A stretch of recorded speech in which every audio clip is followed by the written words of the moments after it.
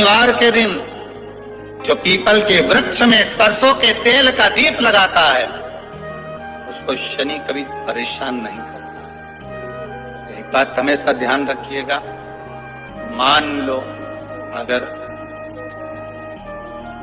कोई भारी रोग ऐसा शनि महाराज के कारण हो गया हो, अच्छे काम करते करते उल्टे हो रहे हैं, होते किसी किसी के साथ में विपरीत परिस्थितियां आ जाती है, अच्छा करने जाओ बुरा हो जाता है, अच्छा कर्म करने जाओ बुरा हो जाता है। तो पीपल के वृक्ष की जो छाल होती है, छाल देखिए पीपल के वृक्ष में जो छाल लगी होती है, उस छाल को घिसकर चंदन बनाकर भगवान शंकर का स्नान कराकर, अभिषेक कराकर, पूजन कराने के बाद में पिपलेश्वर महादेव का नाम लेकर, कौन से महादेव? पिपलेश्वर महादेव का नाम लेकर वो जो घिसी हुई छाल होती है उस छाल का तिलक भगवान शंकर को लगा लो और उसी का थोड़ा सा भाग अपने कंठ पर, मस्तक पर लगाना प्रारंभ कर दो। धीरे धीरे जो विपरीत दशा है वो सुधरना प्रारंभ हो जाती है। और नाम याद रखना, पिपलेश्वर, जम के बोलिए पिपलेश्वर महादेव। जो महापुराण की कथा ही नहीं, आप जो तीज करते हो, हरियाली करो चाहे सातुड़ी करो, उस तीज की महत्वता क्या है, इस हिंगोली की शिव महापुराण की कथा में अपने को समझना है कि उसकी मूल तत्वता, उसकी महत्वता है क्या, उसका महत्व क्या है। भगवान ब्रह्मा, भगवान विष्णु और भगवान शिव, इन तीनों की जो अर्धांगिनियां हैं, ब्रह्माणी, लक्ष्मी और पार्वती, इन तीनों ने तप कर कर, साधना कर कर ब्रह्मदेव को, भगवान विष्णु को और भगवान शंकर को, और तीनों ने प्राप्त कर कर तीनों देवताओं से वर मांगा कि वर हमको ऐसा दीजिए कि हमारे तप साधना का फल नारी को तीज के दिन प्राप्त हो जाए। अब देखिए जरा, एक ही व्रत से, एक ही उपवास से उसको संपूर्ण तप साधना का फल प्राप्त होगा, संपूर्ण तप साधना का फल उसको मिल रहा है। मात्र एक व्रत से,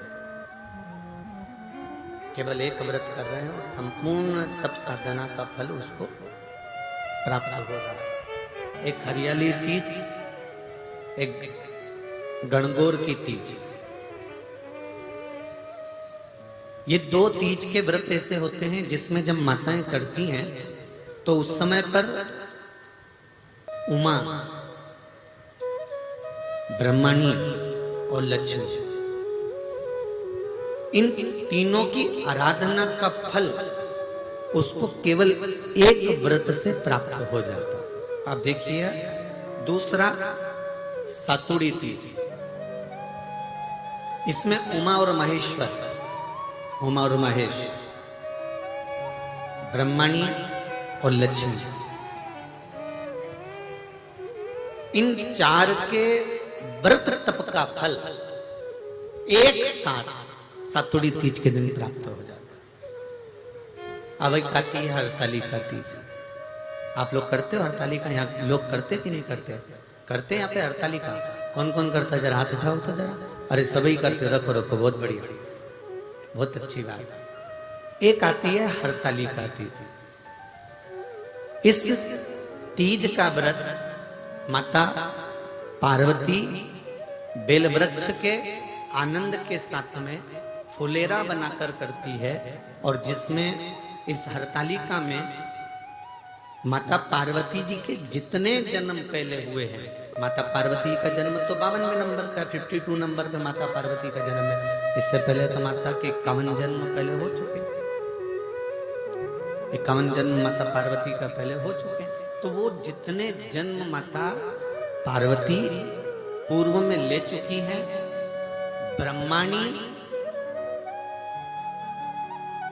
जितनी बार ब्रह्मदेव के साथ में विराजमान हो चुकी हैं, इंद्राणी जितनी बार इंद्र के साथ विराजमान हो चुकी हैं, और लक्ष्मी चाहे वो राधा के रूप में हो, चाहे वो रुक्मणी के रूप में हो, चाहे वो सत्यभामा के रूप में हो, चाहे वो यमुना के रूप में हो, चाहे वो गंगा के रूप में हो, जितनी बार माता लक्ष्मी ने रूप धारण करे हैं वो सब रूप में, और माता पार्वती अपने सारे रूप में, ब्रह्मणी अपने सारे रूप में, लक्ष्मी अपने सारे रूप में इस हड़तालिका तीज के व्रत को करने के लिए आतुर रहती हैं। और इस व्रत को कर कर एक दिन में ही संपूर्ण विश्व का जितना तप है, साधना है, उपवास है, सबका फल एक साथ एकत्रित कर लेती हैं केवल एक व्रत में, हड़तालिका तीज। अब एक बात ध्यान से सुनिएगा, सारे व्रत आपका अगर स्वास्थ्य खराब हो गया तो आप व्रत छोड़ सकते हो।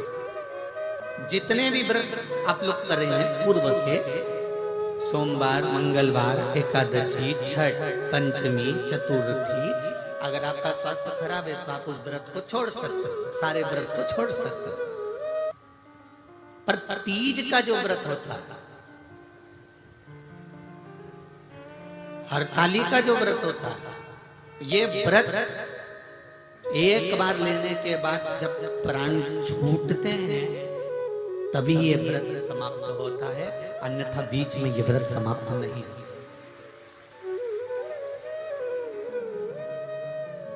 ये व्रत समाप्त होता ही नहीं है।